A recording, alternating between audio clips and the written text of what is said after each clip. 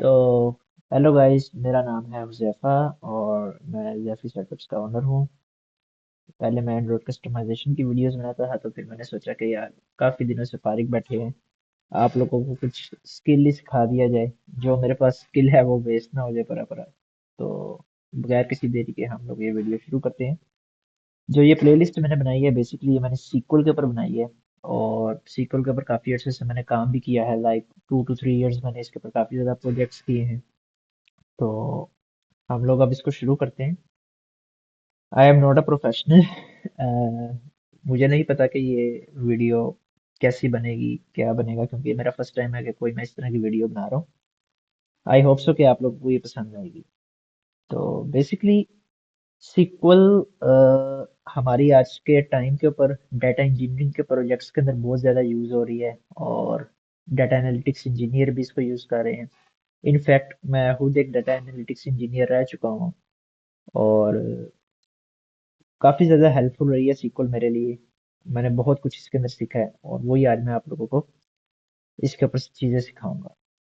Basically sequel को use करने के लिए आप डिफरेंट काइंड ऑफ टूल्स इस्तेमाल कर सकते हैं। मेरा पर्सनली फेवरेट पीजी एडमिन है। और आप लोग सीक्वल सर्वर मैनेजमेंट स्टूडियो भी यूज़ कर सकते हैं। बेसिकली सीक्वल एक ऐसी लैंग्वेज है जो डेटाबेस को मैनेज करती है। यानी कि आप इसके ज़रिए डाटा को रीड कर सकते हैं, डिलीट कर सकते हैं, अपडेट कर सकते हैं। और रिपोर्ट्स वगैरह भी आप इससे जनरेट कर सकते हैं। सीक्वल एक ऐसी जुबान है, जैसे आप कह लें कि हम किसी भी डेटाबेस को समझाते हैं कि डाटा को कहाँ से लेके आना है, कैसे लेके आना है और कैसे हमने इसको दिखाना है। तो इसकी कुछ आप कह लें कि क्यूरीज होती हैं, डीएमएल वगैरह, डीडीएल क्यूरीज वगैरह, जिसे हम डाटा मैनिपुलेशन लैंग्वेज कहते हैं। तो ये क्यूरीज के थ्रू हम लोग सीक्वल को यूज़ करते हैं। और आप इसके अंदर ये कह लें कि अगर आप SQL server management studio use कर रहे हैं, वो बेसिकली माइक्रोसॉफ्ट सीक्वल सर्वर का ऑफिशियल टूल है। और वो सिर्फ सीक्वल सर्वर को और अज्योर सीक्वल को सपोर्ट करता है। आप उसके अंदर पोस्टग्रेस यूज नहीं कर सकते। लाइक ये जो मेरे पास पीजी एडमिन है, ये थोड़ा सा लाइट वेट है। और ये जी यू आई का ऑफिशियल टूल है। और जिनको जी यू आई का नहीं पता, मैं उसका थोड़ा बहुत बताता चलूँ। जी यू आई आपका बेसिकली एक ग्राफिकल यूजर इंटरफेस है। यानी कि आप कहने के इसके अंदर बटन्स, आइकन्स, मेन्यूज, ये चीज़ें इस्तेमाल होते हैं। और आपका जैसे कि ये विंडो का डेस्कटॉप है, ये जी यू आई है। मोबाइल की ऐप है, ये भी जी यू आई है। आपका ये पीजी एडमिन है, ये भी जी यू आई है। यानी कि वो भी चीज, वही चीज़ जिसके अंदर बटन्स वगैरह, आइकन्स, मेन्यूज, ये वाले फंक्शंस मौजूद होंगे, वो आपका जी यू आई कहलाता है। तो हम लोग सबसे पहले स्टार्ट करेंगे सीक्वल सर्वर के अंदर डेटाबेस बनाने से। मैं बेसिकली यहाँ पे एक न्यू डेटाबेस क्रिएट करूंगा। इसके लिए मैं पोस्टग्रेस के अपने सर्वर के अंदर जाऊंगा। और पीजी एडमिन के अंदर एक शॉर्ट की होती है जिसको हम आल्ट शिफ्ट और क्यू कहते हैं। इसको हम प्रेस करेंगे, ये हमारा सर्वर ओपन हो जाएगा। तो यहाँ पे सबसे पहले हम लोग एक डमी डेटाबेस बनाएंगे। तो जैसे कि डमी डेटाबेस मैं कोई भी बना देता हूँ। जैसे कि मैं एक बना देता हूँ, क्रिएट डेटाबेस, और इसको मैं नाम दे देता हूँ डमी टेस्ट का। ठीक हो गया। और यहाँ पे मैं इसको F5 करके चला दूंगा। यहाँ पे इसने हमें बता दिया जी हमारी डेटाबेस बन चुकी है। जो क्रिएट का सिंटेक्स है, ये बहुत सी जगहों पे यूज होता है। आप इसको डेटाबेस बनाने में भी इस्तेमाल कर सकते हैं और टेबल बनाने में भी। तो जैसे कि हमारी डेटाबेस बन चुकी है, इसको मैं कर देता हूँ कमेंट। और मैं अपनी नेक्स्ट लाइन पे चलता हूँ। यहाँ पे हम डेटाबेस को रिफ्रेश करेंगे। ये हमारे पास आप देख सकते हैं डमी टेस्ट के नाम से डेटाबेस आ रही है। ये अभी कनेक्टेड नहीं है। जैसे ही इसके ऊपर मैं क्लिक करूंगा, आल्ट शिफ्ट क्यू प्रेस करूंगा, ये कनेक्ट हो जाएगी। आल्ट शिफ्ट क्यू प्रेस करने की जरूरत भी नहीं है, वैसे भी कनेक्ट हो गई है। तो अब सबसे पहले हम लोग देखेंगे कि हमने टेबल कौन सा बनाना है। टेबल बनाने के लिए आपको सबसे पहले टेबल का नाम पता होना चाहिए कि आपने टेबल किस नाम से बनाना है। और आपको उसके अंदर डाटा का थोड़ा बहुत आप कह लें कि आइडिया होना चाहिए कि आप उसके अंदर डाटा किस किस्म का एंटर कर रहे हैं। लाइक अगर मैं यहाँ पे कस्टमर का टेबल बनाऊंगा, तो कस्टमर के टेबल के अंदर क्या क्या चीज़ें मुझे ज़रूरी हैं। तो फिलहाल हम बेसिक से शुरू करेंगे। कस्टमर टेबल के अंदर हम 3 से 4 चीज़ें डालेंगे। लाइक हम लोग इसके अंदर कस्टमर्स का नाम डालेंगे, कस्टमर का आईडी डालेंगे, कस्टमर की ईमेल डालेंगे और कस्टमर की ज्वाइन डेट डालेंगे। तो सबसे पहले तो मैं सिर्फ कॉलम्स के नाम लिख लेता हूँ और उस हिसाब से आपको डाटा टाइप्स बता देता हूँ। लाइक इसके अंदर आईडी यूज होगी। आईडी के अलावा हमारे पास, जैसा कि मैंने भी बताया, कस्टमर का नाम आ जाएगा। तो यहाँ पे कस्टमर का हम कहते हैं जी फुल नेम आ जाए। और नेक्स्ट हमारे पास उसकी ईमेल, उसकी ज्वाइन डेट और उसका हमारे पास आ गया बैलेंस। तो सिंपल सी बात है, आईडी है, आईडी के लिए हम इंट यूज करेंगे। ठीक है। अगर हम कोई नाम वगैरह यूज कर रहे हैं उसके लिए हम varchar यूज करेंगे। varchar बेसिकली होता है कि आप इसके अंदर स्ट्रिंग्स को डाल सकते हो और स्ट्रिंग्स के अलावा आप इसके अंदर डाल सकते हैं लाइक ईमेल वगैरह डाल सकते हैं या कोई स्पेशल करेक्टर डाल सकते हैं। ठीक है। और ईमेल के लिए भी हम सेम टाइप यूज करेंगे, varchar की। फिर उसके बाद आया था हमारा ज्वाइन डेट। डेट है तो डेट के लिए हमारे पास सेम डेट की डाटा टाइप यूज होगी। आप इसके अंदर डेट डाल दें। देन हमारे पास आता है बैलेंस। बैलेंस क्योंकि एक नंबर है तो हम इसके लिए डेसिमल यूज करेंगे। तो ये तो हो गई हमारी डाटा टाइप्स। अब बात करते हैं कि हमारे पास सिंटेक्स क्या है क्रिएट टेबल करने का। सबसे पहले आप क्रिएट लफ्ज यूज करेंगे, फिर उसके बाद आप टेबल लिखेंगे। टेबल के अंदर हम लोग, जैसे मैंने भी बताया कि कस्टमर्स का टेबल है तो मैं कस्टमर्स का नेम यहाँ पे यूज करूंगा। देन हम एक ब्रैकेट डालेंगे। ब्रैकेट के बाद हम लोग लिखेंगे कस्टमर आईडी। कस्टमर आईडी को मैं इंट कह दूंगा। ये हमारी एक डाटा टाइप कॉलम के नाम के साथ आ गई है। नेक्स्ट हम कॉमा प्रेस करेंगे, नेक्स्ट लाइन में जाएंगे। बस आपने एक चीज का ख्याल रखना है कि जितनी आप खूबसूरती से अपनी क्यूरीज लिखेंगे आपका कोड भी उतना खूबसूरत लिखा जाएगा। तो सीक्वल की एक अपनी खूबसूरती होती है। इसके अंदर हम कोई भी जब डाटा टाइप्स वगैरह या सीक्वल का सिंटेक्स यूज करते हैं तो उसके अंदर हम उनके जो लफ्ज होते हैं वो कैपिटल लिखते हैं। जैसे डाटा टाइप्स का नाम हो गया या इनकी ये क्रिएट टेबल वगैरह या कोई भी हम क्यूरी लिख रहे हैं, इसके जो अपने बिल्ट इन फंक्शंस होते हैं उनको हम कैपिटल के अंदर यूज करते हैं। लाइक दिस वन, अब टेबल ही मैंने कैपिटल कर दिया, हमारी क्यूरी अब और खूबसूरत लगेगी। नेक्स्ट कस्टमर आईडी के बाद हमने लेना है फुल नेम। फुल नेम की मैं डाटा टाइप varchar रखूंगा और फुल नेम मेरे हिसाब से आई थिंक 50 अल्फाबेट्स इनफ है। देन मैं रखूंगा ईमेल। ईमेल के लिए भी मैं सेम डाटा टाइप यूज करूंगा। और नेक्स्ट हम रखेंगे इसके अंदर ज्वाइन डेट। ज्वाइन डेट के अंदर डेट आ गई। लास्ट पे हमारे पास आता है बैलेंस। और मिनिमम बैलेंस के अंदर हम डेसिमल, और इसके लिए मैं यूज करूंगा सिर्फ 2 डिजिट्स। तो ये हमारे क्रिएट टेबल का सिंटेक्स है। अब जैसे ही मैं इसको रन करूंगा हमारा टेबल क्रिएट हो गया। नेक्स्ट इसके बाद आता है कि अब हमने देखना है कि हमारा टेबल क्रिएट हो गया, हम इसको कैसे देख सकते हैं। तो देखने के लिए हम लोग सिलेक्ट की स्टेटमेंट भी यूज कर सकते हैं, बल्कि ऑफिशियली सिलेक्ट की स्टेटमेंट ही यूज होगी। उसके अलावा हम इसको साइड से देख सकते हैं लाइक रिफ्रेश करके। डाटा तो इसके अंदर आया नहीं अभी, तो क्योंकि हमने इसके अंदर कुछ इंसर्ट अभी नहीं किया। यहाँ पे हमारे पास टेबल्स होंगे। ये हमारे पास कस्टमर का टेबल आ गया।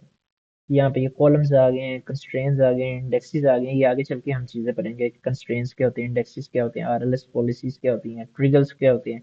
ये सब चीजें हम आगे जाके पढ़ेंगे। पहले हम बेसिक चीजें क्लियर करेंगे। इसके बाद हमने डाटा, इसके अंदर कुछ डमी डाटा मैं इंसर्ट कर लेता हूँ। लाइक इंसर्शन भी काफी किस्म की होती है, फिलहाल मैं आपको बेसिक इंसर्शन बताऊंगा। इंसर्ट इनटू कस्टमर्स का हम टेबल ले लेंगे, बार बार टाइप करने की जरूरत नहीं है, आप यहाँ से कॉपी भी कर सकते हैं। इसके बाद मैं लिखूंगा यहाँ पे कॉलम्स के नाम। लाइक हमारे पास कस्टमर आईडी है, देन हमारे पास फुल नेम है, then email, then join date, फिर हमारे पास आता है जी बैलेंस। तो ये हमारा यहाँ पे आ चुका है। अब यहाँ पे हम लोग वैल्यूज एंटर करेंगे। ये आप देखें तो वैसे सिंपल एक इंग्लिश ही है। आप किसी चीज के अंदर डाटा डाल रहे हैं, इंसर्शन आप करेंगे उसके अंदर। वैल्यूज के लिए आप वैल्यूज यूज करेंगे, ठीक है। लाइक मैं कुछ डमी डाटा लिख लेता हूँ। वन लिख के मैं अपना नाम यहाँ पे लिख लेता हूँ जैफा, और ईमेल एड्रेस में लिख देता हूँ। अब यहाँ पे एक और चीज का आपने ख्याल रखना है, चले वो बाद में लगा देता हूँ। Huzaifa dot example at the rate of Gmail dot com. Amount यहाँ पे पहले डेट आएगी, डेट के हिसाब से मैं डाल देता हूँ 2025। हम कल की डेट डाल देते हैं 22। और यहाँ पे आ गया जी, सॉरी, ईयर मंथ और डेट इसके अंदर सिंटेक्स होता है। यहाँ पे 11 एंड देन हमारे पास डेट कल 22 थी। अमाउंट के अंदर मैं डाल देता हूँ लाइक 1550, 40 डाल देते हैं चलिए। और अब आपने इसका ख्याल ये रखना है कि डेट हो गई, आपकी जितनी भी स्ट्रिंग्स होगी उनको हम हमेशा कोट्स के अंदर लिखते हैं, सिंगल कोट्स के अंदर।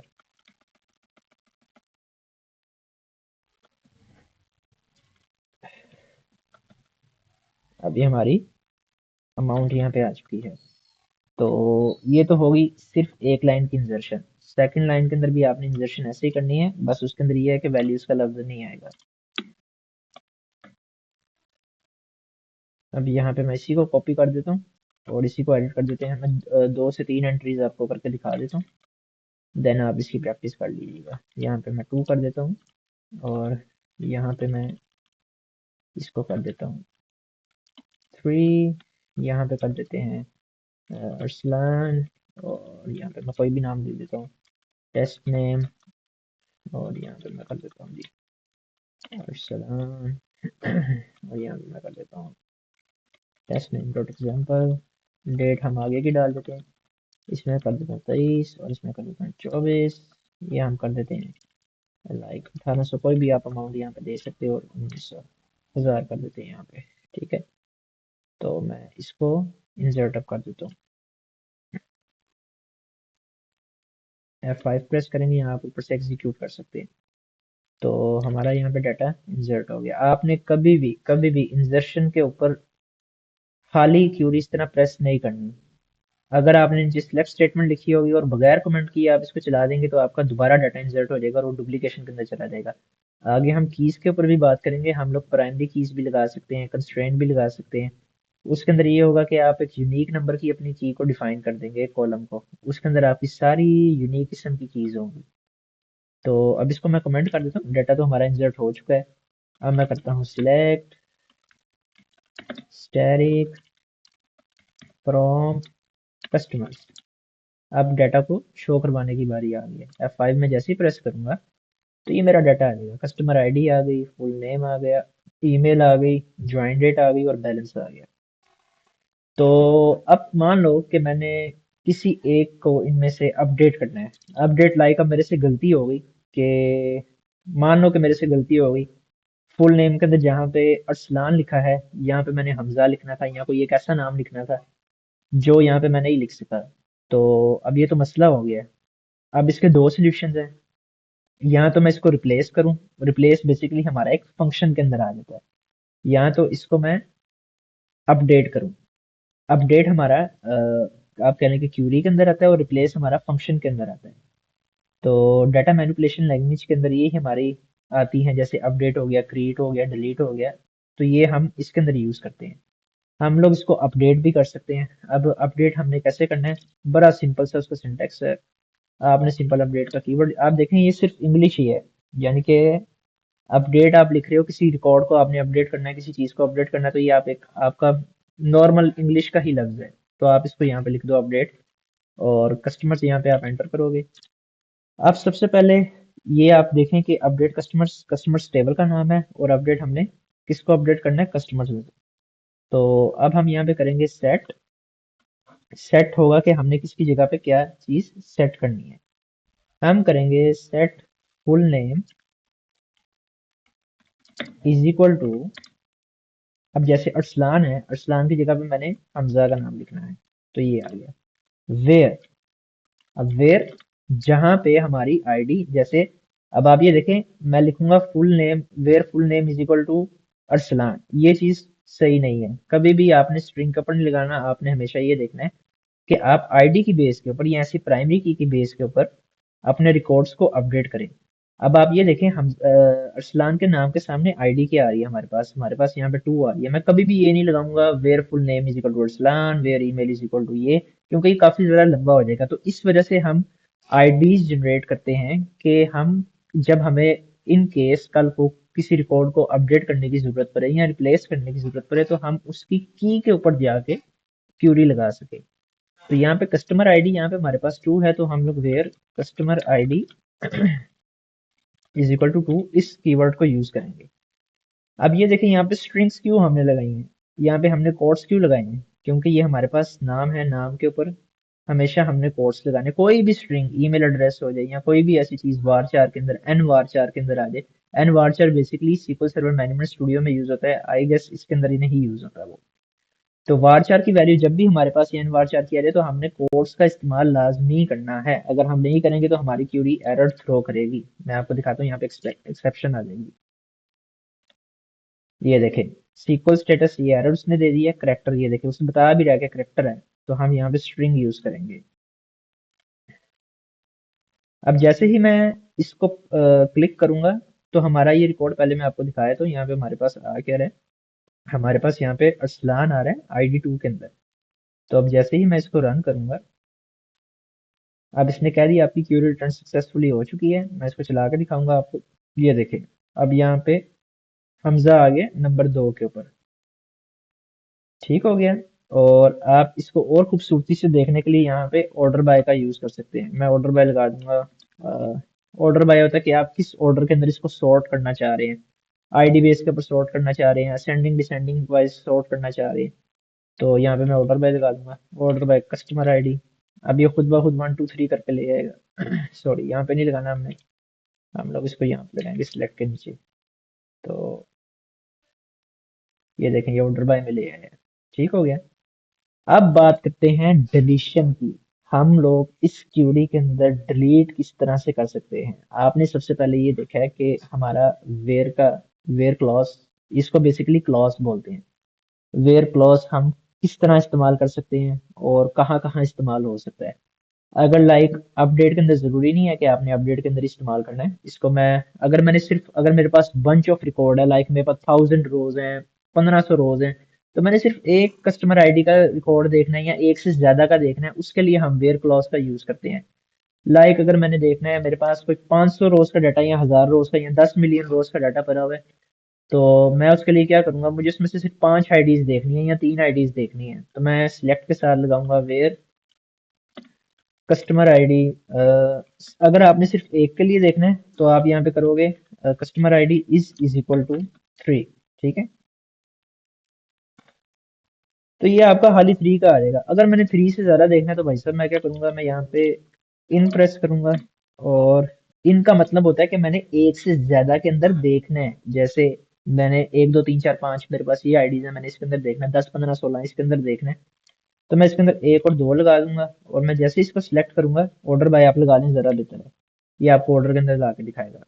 अब एक से ज्यादा के अंदर मैंने देखना, वो उठा के ले आया भाई, 1 और 2 के अंदर ये पड़ा हुआ है। ठीक है ना। और अब मान लो कि मैंने इसके अंदर से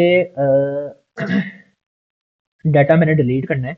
लाइक मुझे 3 नंबर वाला नहीं चाहिए, टेस्ट वाला नहीं चाहिए, तो उसके लिए मैं करूँ क्या करूंगा, सबसे पहले तो आपने करना है, जिस तरह ये आपने अपडेट कस्टमर लिखा है, इसी तरह आपने यहाँ पे डिलीट कस्टमर लिखना है। डिलीट कस्टमर्स के ऊपर आप जाएंगे, और सॉरी, यहाँ पे मैंने और लगा दिए डिलीट कस्टमर्स, और यहाँ पे मैं इसको बताऊंगा डिलीट कस्टमर के अंदर वेयर कस्टमर आईडी। आप बताओ मुझे उसकी टेस्ट की आईडी क्या है, टेस्ट की आईडी 3 है, टेस्ट है। ठीक है। हाँ, डिलीट करने से पहले सबसे पहले एक चीज का ध्यान रखना है, आपने यही क्यूरी लगानी है। डिलीट से पहले आपने सिलेक्ट करके देख लेना है कि भाई जो मैं डिलीट की क्यूरी लगाने चाह रहा हूँ वो सही भी है कि नहीं है। Customer ID is equal to 3। ठीक हो गया। अब मैं इस पर जैसे ही वेयर करूंगा, ये हमें दिखा देगा कि यार 3 के अंदर आपका ये रिकॉर्ड पड़ा हुआ है। सॉरी, यहाँ पे मैंने कोई गलती की है। सिलेक्ट स्टैटिक फ्रॉम, मैंने वेयर नहीं यहाँ पे लिखा है, यहाँ पे तो नीचे लिखा हुआ है। अब जैसे मैं इसको प्रेस करूंगा, select static from, sorry, customer का नाम है, कस्टमर्स का टेबल नेम कस्टमर्स है, मैंने कस्टमर आईडी लिख ली है। अब ये देखें हमारे पास ये आ गया, टेस्ट नेम है 3 के अंदर और ये चीजें हैं। तो अब मुझे नहीं चाहिए ये लाइन, मैंने देख लिया कि भाई मैं customer ID is equal to 3 लगा रहा हूँ, उसके ऊपर ये रिकॉर्ड पड़ा हुआ है टेस्ट नेम का, तो मैं इसको डिलीट कर देता हूँ।